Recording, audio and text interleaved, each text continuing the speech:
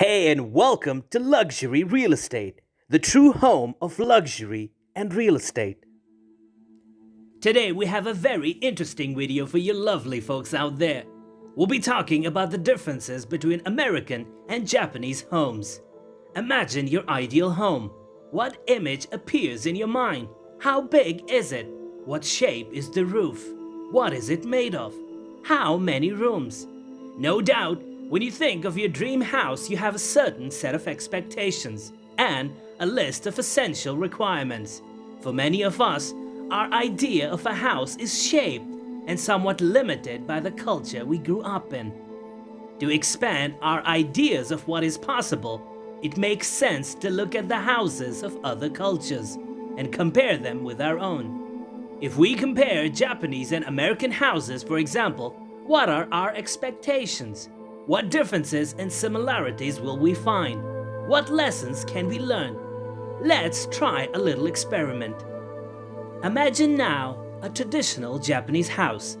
You may have some idea of what to expect, gained from pictures and movies, or maybe from personal experience. Try to visualize how it would feel to be inside a typical Japanese room. Most people have a general idea of how a Japanese house should look. Some will mention tatami mat floors, shoji paper screens, earthen colors and tiled roofs. Others may describe an elevated wooden porch and a Zen garden that surrounds it. That is, in a few words, the general idea we have of the traditional Japanese home. An idea gives rise to a general sense of tranquility and spirituality that resides in both the Japanese house and culture. Now let's do the same with a Western house, a traditional American one, for example. Now, how does it look? What colors are dominant? What about the materials? This time, you may see that it is trickier to form a general image. In other words, how much Japanese and American styles have been influenced by external factors. Japan officially opened its doors to the Western world in 1854. After more than 200 years of voluntary isolation. As an island nation located in the easternmost part of East Asia, for many years, Japan used the sea as a natural protective wall to maintain its cultural homogeneity. This resulted in a strong national identity that formed the unique culture we have come to know today. Japanese houses, therefore, have a long history that reflects the people's traditions and beliefs. The United States, on the other hand, is the exact opposite.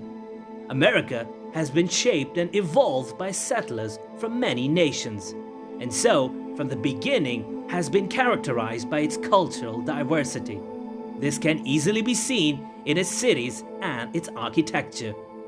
One looks at the architectural styles that dominated certain states and eras, like the classical revival style or the Spanish colonial style, and one sees the scale of this cultural exchange.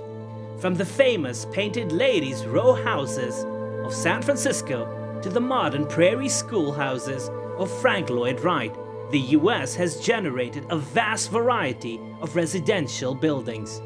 Now let me ask you another question. Do you think size matters when we want to determine a good design?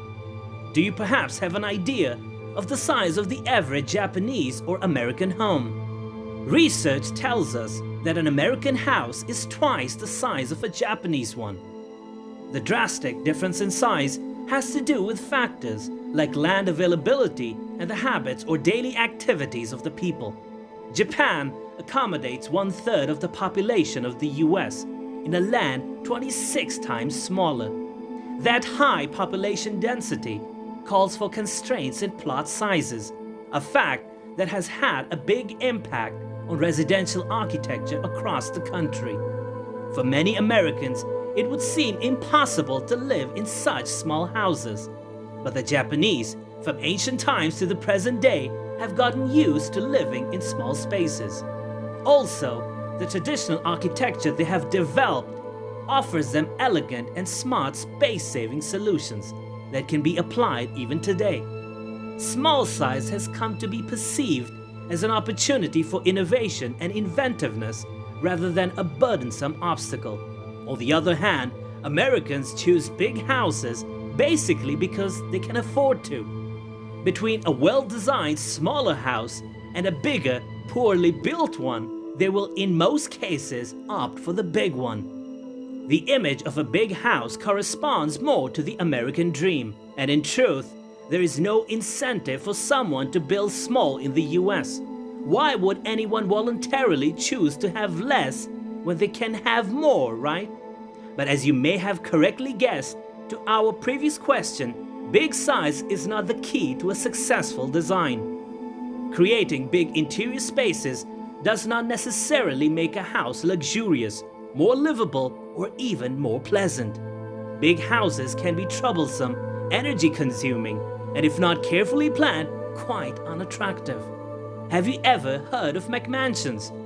They are a new type of modern American house, oversized and mass-produced, that look as if they are out of scale with their neighboring normal-sized houses.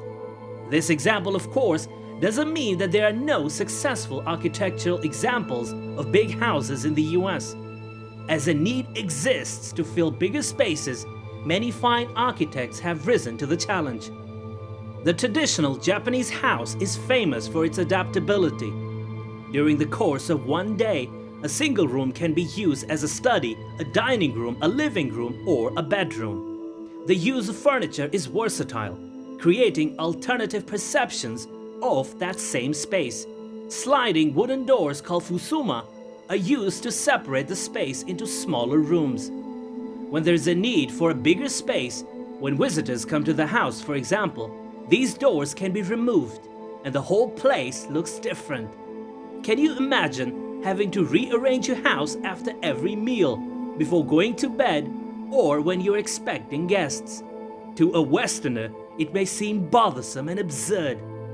But the Japanese have lived this way for centuries, and even today some of them continue to prefer the most traditional houses.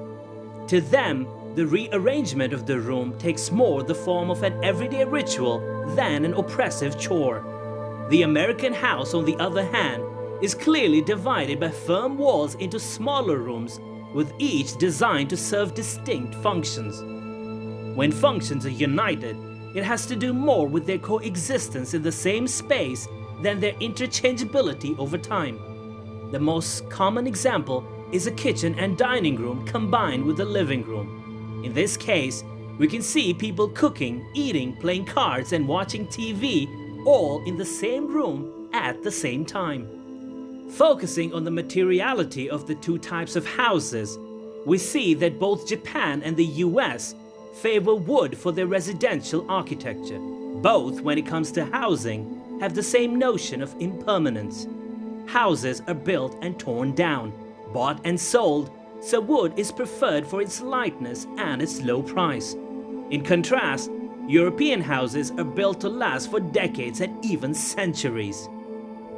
There, children inherit and live in the houses of their grandparents, so stone, brick, and concrete dominate their housing. Although, nowadays in Japan, wood has mainly been substituted with steel and concrete. Traditionally, the abundance of forests made wood the most rational option. Similarly, the first settlers that arrived in the US found rich and plentiful forests, so wood seemed like the easiest and cheapest building material. Wooden houses prevailed in the newly formed cities, and that image has been passed on from generation to generation up until today. But if both houses are built from the same material, why do they look so different? That is basically because of the use of different building techniques and the types of trees. An American wooden house may not even look like it is made of wood. In many, the wooden structure is covered with a thin layer of brick or other cladding material. Japan, on the other hand, is widely praised for its material sincerity. So superior is the quality of Japanese cypress that there was never a need to hide the structural elements or to paint them. That is also a difference between Japanese and Korean or Chinese architecture, whose buildings are more colorful. Another important feature in traditional Japanese architecture is the use of complex joints instead of nails to join the different structural parts together. The wood is cut accurately and assembled appropriately, forming an overall image of a lighter and more organic construction.